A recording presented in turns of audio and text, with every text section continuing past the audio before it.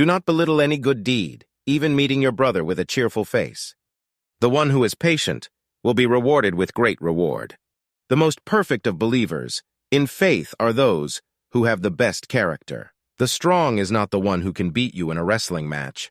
The strong is the one who controls himself when he is angry. The best of you are those who are best to their women. The one who forgives others, Allah will forgive him. The most beloved of people to Allah are those who are most beneficial to others.